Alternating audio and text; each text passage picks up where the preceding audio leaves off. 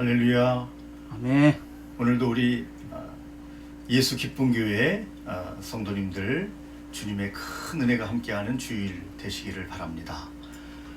또 특별히 이렇게 SNS를 통해서 함께 은혜 받기를 원하시는 성도님들도 환영하고 진심으로 축복합니다. 찬송가 449장 1절 2절 드리겠습니다. 찬송가 449장 예수 따라가며 복음 순종하면 우리 행할 길 환하겠네. 주를 의지하며 순종하는 자를 주가 늘 함께 하시리라. 의지하고 순종하는 길은 예수 안에 즐겁고 복된 길이로다. 449장 2절 해를 당하거나 우리 고생할 때 주가 위로해 주시겠네. 주를 의지하며 순종하는 자를 주가 안위해 주시리라. 의지하고 순종하는 길은 예수 안에 즐겁고 복된 길이로다. 아멘. 하나님의 말씀 봅니다. 하나님의 말씀은 에베소서의 말씀이 되겠습니다. 에베소서 4장 32절 말씀 함께 은혜 받을 말씀입니다. 에베소서 4장 32절 말씀이 되겠습니다. 제가 가진 성경은 314쪽입니다.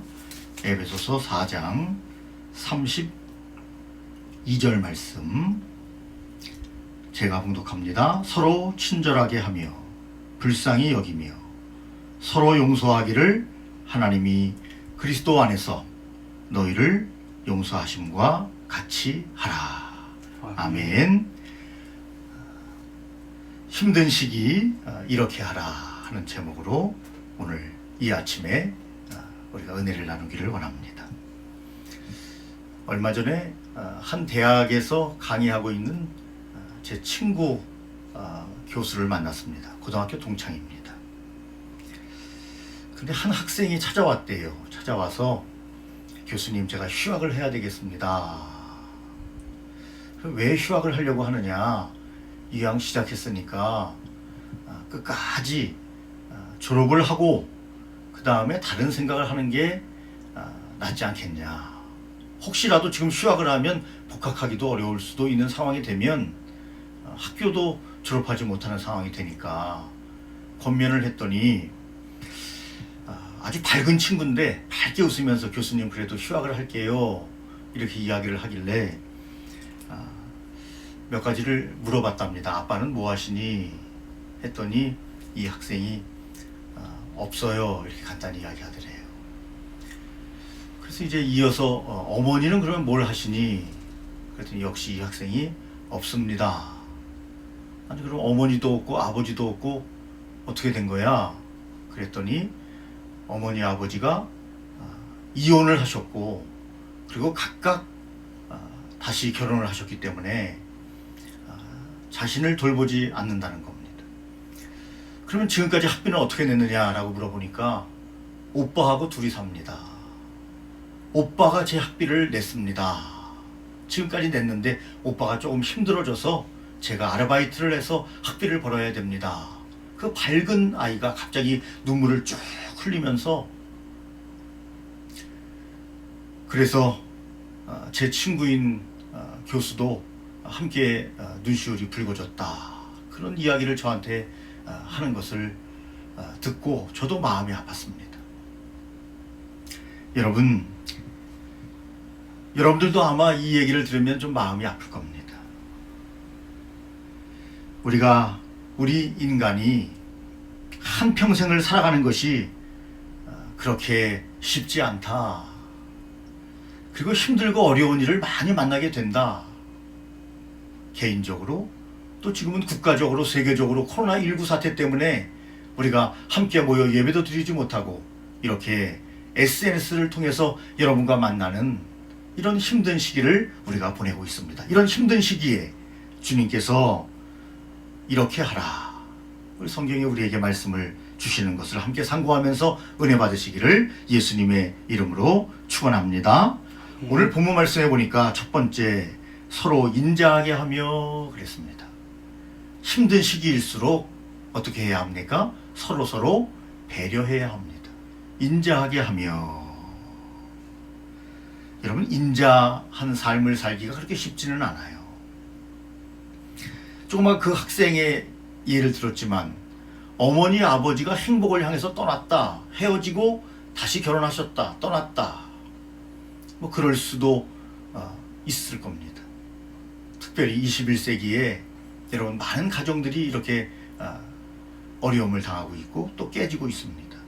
그러니까 그 부모님들도 그렇게 생각할 수도 있겠다 하는 생각은 들지만, 그러나 그 자녀들을 생각하면 조금 더 심사숙고했어야 되지 않는가. 내 행복도 중요하지만 자녀의 행복도 중요하잖아요. 그 인자한 태도가 아니죠. 어떤 상황인지는 잘 모르겠지만 여러분, 서로 인자하게 하며 그렇게 성경이 이야기합니다. 이 인자한 것은 성도들이 소유해야 할 실천적인 미덕이라고 합니다. 그러니까 우리 신자들은, 특별히 예수 믿는 사람들은 어떻게 해야 합니까? 서로 항상 인자하게 해야 합니다.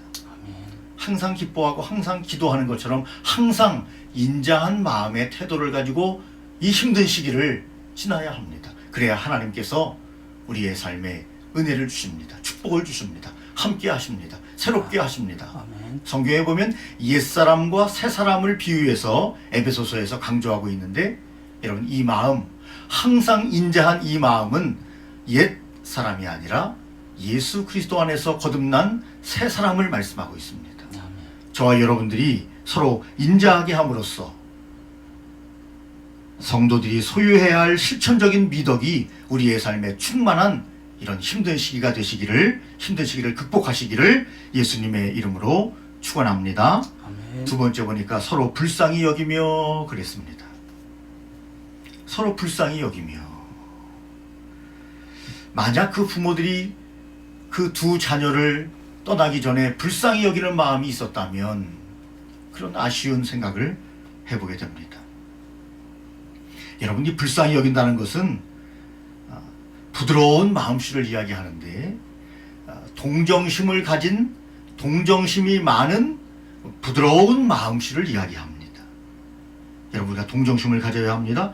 부드러운 마음씨를 가져야 합니다. 그래야 불쌍히 여길 수 있습니다. 아멘. 악한 마음을 가지면 어떻게 불쌍히 여길 수가 있겠어요. 그래서 너희는 선을 택하라, 선을 선택하라 아멘. 하는 말씀이 많이 성경에 기록되어 있습니다. 불쌍히 여기는 마음, 동정심의 마음, 부드러운 마음. 내가 이해해야지.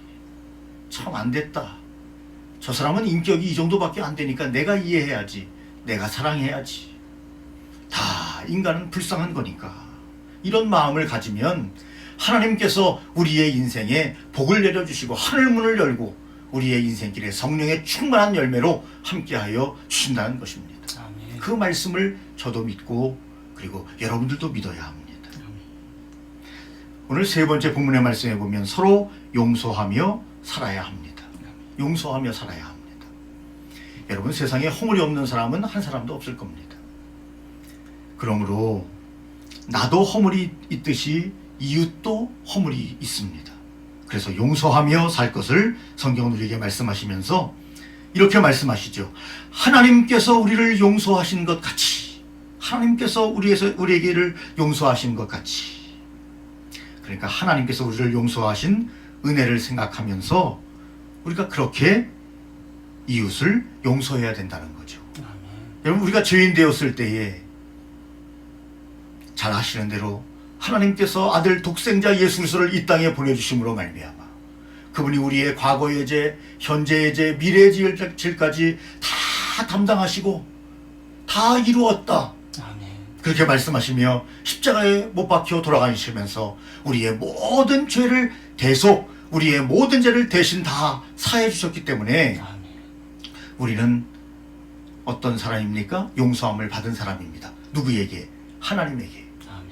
용서함을 받은 사람이 되었습니다. 그 용서함을 받은 우리가 어떻게 살아야 합니까? 우리도 서로 용서하며 살아야 할 것을 성경은 우리에게 확실하게 말씀하고 있습니다. 아멘. 예수 그리스도의 은혜를, 십자가의 대속의 은혜를 받은 우리가 당연히 이웃에게도 용서해야 한다는 것입니다. 여러분, 용서의 원형이 누구죠? 바로 하나님의 사랑이죠. 예수 그리스도의 십자가죠. 용서의 원형입니다. 우리는 용서의 원형을 알고 있기 때문에, 또 은혜를 받았기 때문에 참 용서한다는 거 쉽지 않아요. 세상에 용서하지 말아야 되겠다, 정말 저 사람은 너무하다 하는 사람들이 얼마나 많습니까, 사실. 그럴 때 우리는 복음을 생각해야 합니다.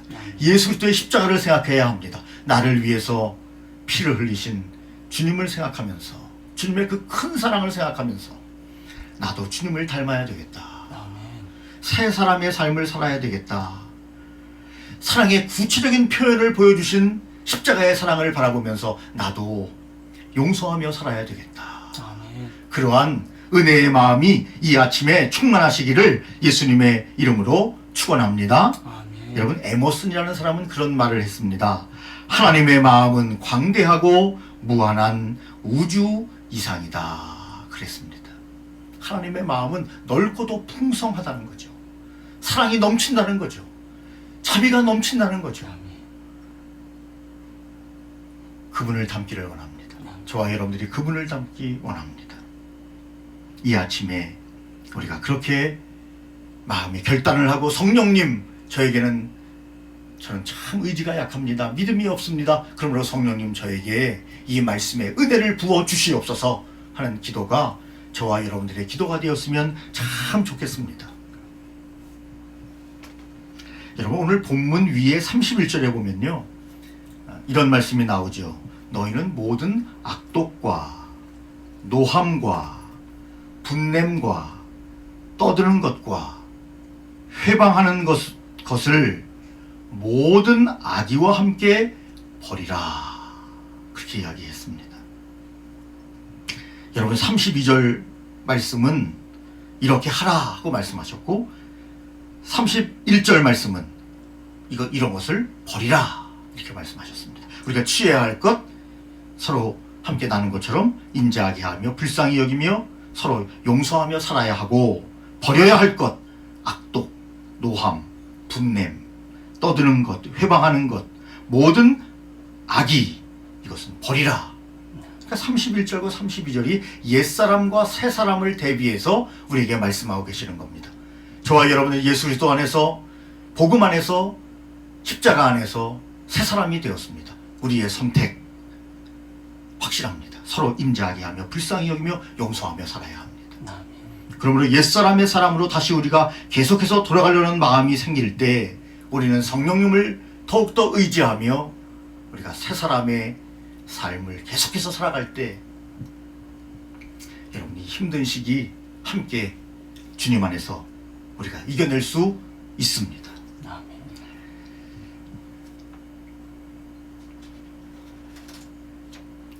여러분, 그리스도인들은요, 우리 에베소를 쭉 보니까 대이웃 관계에 있어서 이웃 관계에 있어서 어떻게 해야 되는가, 4장 25절에 보면요, 거짓을 버리고 참된 것을 말하라 그랬습니다. 이웃과의 관계에서, 모든 관계에서 거짓을 버리고 참된 것을 말해야 합니다. 또 26절 27절에 보니까 분노를 품지 않음으로써, 분노, 갑자기 일어나는 분노가 우리에게는 있습니다. 이것을 품지 않아야 돼요. 그걸 품으면 안 돼요. 왜 그것을 품으면 안 되냐? 그 틈을 타고 마귀가 들어오기 때문에 그렇습니다. 그 틈을 타고 우리가 분노할 때 그 분노의 줄기를 타고 여러분 마귀가 들어온다는 거예요. 우리에게 성령이 계시는데 하나님의 충만한 은혜가 있어야 되는데 내가 분노함으로 말미암아 마귀로 틈을 타게 해서는 안 되겠다는 거죠. 그래서 우리는 분노를 품지 말아야 하고요. 또 28절에 보니까 도둑질하지 말고 오히려 가난한 자를 구제하기 위해 수고하여 선한 일을 하라 그랬습니다. 우리가 수고함으로 여러분 선한 일을 해야 합니다. 그것은 오늘 성경에 보면 구제로 나타나 있습니다. 구제. 사실 한국교회는요 그동안 봉사와 구제를 많이 했습니다. 이것을 우리 선배들이 했던 이것을 본받아야 합니다. 지금 뭐 기독교가 사실 코로나19 방역 이 부분과 관련해서 특정 교회지만 지금 많은 사람들에게 지탄의 대상이 되고 있습니다. 바로 이때 우리가 해야 될 것은 뭡니까? 선한 일을 해야 합니다. 구제해야 합니다. 봉사해야 합니다. 그리스도의 선한 영향력을 많은 사람들에게 끼칠 수 있도록 우리가 노력해야 합니다. 특별히 29절에 보니까 선한 말을 하며 그랬습니다. 선한 말을 하며 듣는 자에게 은혜를 끼치게 하라. 여러분 선한 말은요 뭐 칭찬은 고래도 춤추게 한다는 말이 있지 않습니까? 선한 말을 함으로써 사람을 살립니다. 그런데 어떤 사람들은 오늘 29절에 보니까 더러운 말을 피해라 그랬어요. 그러니까 뭐예요? 더러운 말을 하는 사람이 있다는 거예요. 세상에는 더러운 말을 하는 사람이 있어요. 그러나 우리는 어떻게 해야 됩니까? 선한 말을 하여 듣는 자에게 은혜를 끼치게 해야 합니다. 그래야 하나님의 복이 임합니다. 복이 어디서 내려옵니까? 하늘로부터 복이 내려옵니다. 여러분 복은 땅에서 솟아나는 것이 아니라 하늘로부터 내려오는 겁니다. 그러므로 우리는 오늘도 하늘을 바라보며 전능하신 하나님의 음성을 들으며 우리의 삶을 살 때 우리의 삶에 부족함이 없어요. 여호와는 나의 목자시니 내게 부족함이 없으리로다. 그가 나를 푸른 풀에 누이시며 쉴만한 물가로 인도하시는도다. 하늘 문이 열려야 우리 인생의 문이 열리는 겁니다. 그러므로 여러분 더러운 말을 하는 사람을 피하시기 바랍니다. 더러운 말을 하는 사람을 피하고 우리는 어떻게 해야 됩니까? 선한 말을 하여 많은 사람들에게 은혜를 끼치는 그러한 삶이 저와 여러분들에게 필요합니다. 여러분 오늘 성경에 보면 결론적으로 그런 말씀을 하고 있어요. 성령을 근심하게 하지 말라. 자꾸 우리가 옛사람으로 돌아가면 성령님이 근심하게 된다는 거죠. 새 사람을 계속 소유하고 살아야 되는데 우리가 다시 옛사람으로 돌아가면 성령님이 근심하게 된다는 겁니다. 여러분 한국교회가 앞전에 잠깐 말씀드렸지만 성령님을 근심하게 하고 있는 시기에 여러분 우리가 살고 있습니다. 오늘 아침에 뉴스를 잠깐 보니까요 부산 기독교 총연합회인가요? 그 연합단체인데 이름은 정확하지 않습니다. 하여튼 부산 연합단체에서 우리는 코로나19 2단계로 격상된 거리두기를 해야 되지만 우리는 현장 예배를 드리겠다. 정부의 방침을 따르지 않겠다. 라고 했다는 겁니다. 연합뉴스에 나오더라고요. 너무 마음이 아팠습니다. 여러분 방역은 방역단체에서 해야 되고요. 우리는 천국으로 인도하는 길을 가야 되는데 오늘 우리가 SNS를 통해서도 만날 수 있기 때문에 여러분 이것은 탄압이 아니고 지금 코로나19 때문에 다 힘들어하는 시기에 여러분 왜 부산 기독교 총연합회에서는 우리는 예배를 강행하겠다라고 말합니까? 여러분 그 태도는 지혜가 없는 태도고 많은 사람들을 근심하게 할 뿐만이 아니라 성령을 근심하게 하는 것 아니겠습니까? 근데 어느 목사님이 또 제가 핸드폰을 보고 있으니까 막 문자가 왔어요. 지금 뉴스가 나오고 있는데 그것은 부산의 모든 교회 목사님들의 의견이 아니라는 거예요. 연합회에서 일방적으로 그렇게 발표를 했다는 거예요. 동의도 얻지 않고. 부산에 17개의 교단이 있는데 그 대표들에게 다 묻고 결정을 해야 되는데 운영진에서 그러니까 회장 임원단이 그냥 일방적으로 밀어붙였다는 거예요. 그래서 우리는 정부의 방침을 따르겠다. SNS를 통해서 비대면으로 예배를 드리겠다. 그렇게 문자가 왔어요. 그래서 정말 다른 판단을 하는 목사님들도 계시는구나, 그런 생각을 했습니다. 이건 제 생각입니다. 제 생각. 여러분, 한국 교회에 여러분 더 이상 성령님을 근심하게 하지 말아야 합니다. 많은 사람들이 칭송받는 교회, 존경받는 교회, 사랑받는 교회, 하나님의 이름이 영광을 드러내는 여러분 그러한 분위기가 되기 위해서는 여러분, 저와 여러분들이 이 방침도 잘 따라가면서 하나님을 섬길 수 있는 지혜를 달라고 기도하면서 주님을 섬겨야 할 줄로 믿습니다. 그러므로 성도는 여러분 자기 중심적이면 안 돼요. 이기적인 태도는 안 돼요. 그러므로 이웃을 생각하면서, 다른 사람을 생각하면서 우리가 그렇게 살 때, 다른 말로 하면 이웃에게 유익을 주면서 살 때, 다른 말로 하면 헌신하고 봉사하는 삶을 살 때 여러분 우리에게도 유익한 거예요. 그리고 하나님께 영광이 되는 거예요. 오늘 성경이 그것을 우리에게 분명하게 말씀하고 계시는 것을 여러분 기억해야 합니다. 이러한 삶이 여러분 성도들이 하나님의 모습을 닮아서 닮음으로 살아가는, 말씀드린 것처럼 새 사람의 삶이기 때문에 하나님이 이런 삶을 인정하시는 겁니다. 이러한 삶을 인정하시는 겁니다. 결론적으로 다시 한번 말씀드립니다. 오늘 주님께서 우리에게 말씀하십니다. 이 아침에 힘든 시기 이렇게 하라고 말씀하십니다. 서로 인자하게 하며 서로 불쌍히 여기며 서로 용서하며 살기를 원하십니다. 환경은 코로나19로 어렵지만 이 힘든 시기 우리가 서로 또 우리가 직접 만나서 대면으로 대화하기는 어렵지만 그런 이야기를 들었어요. 마음은 가까이 그러나 몸은 멀리, 이런 비슷한 이야기를 들었습니다. 여러분, 이 시기에 그렇게 해야 될 시기지만 여러분, 우리가 가족들 또 우리 성도님들 우리 주위에서 어쩔 수 없이 만나게 되지 않습니까? 물론 조심해서 만나야 되지만 만날 때 이 말씀을 기억했으면 좋겠습니다.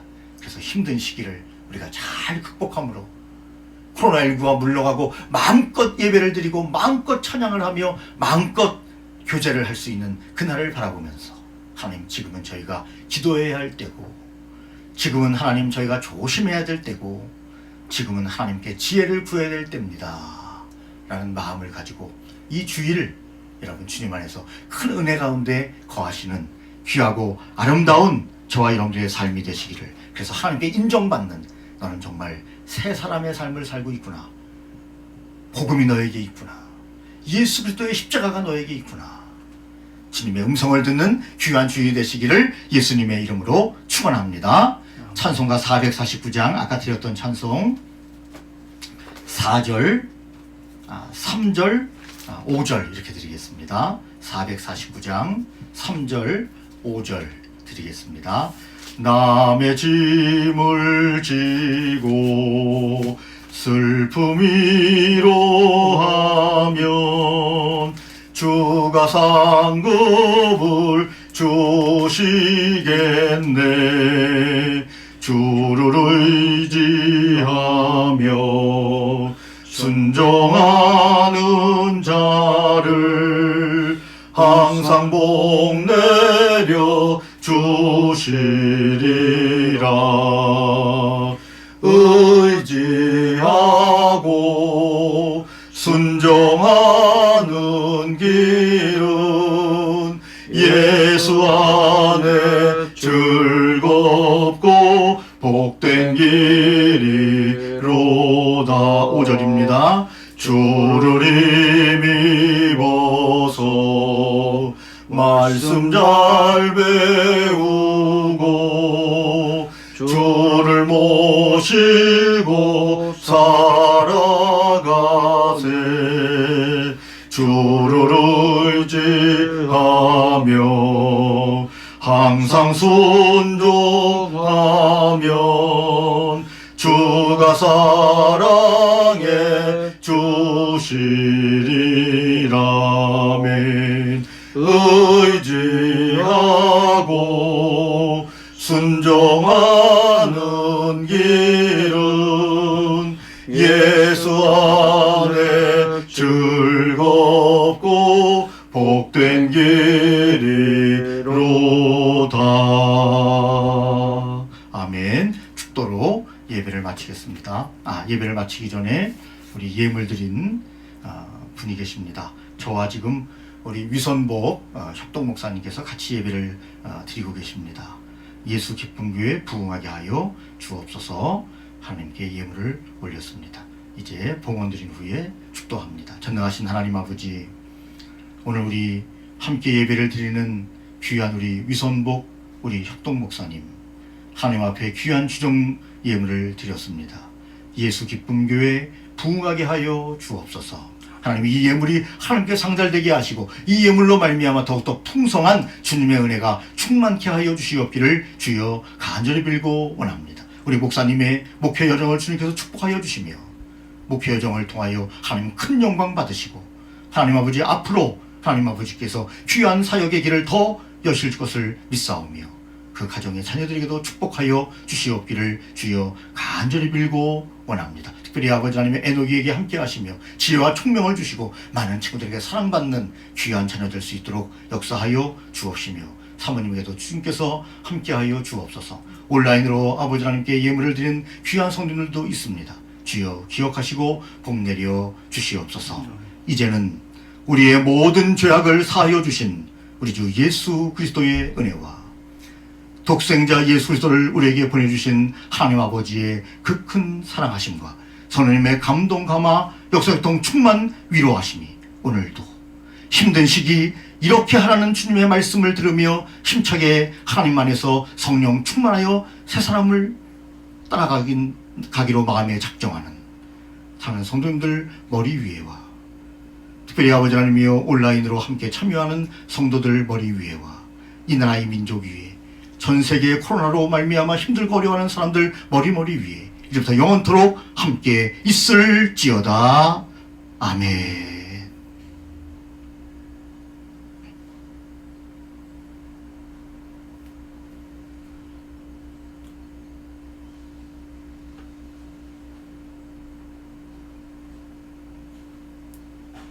네, 오늘 귀한 예배 마치겠습니다.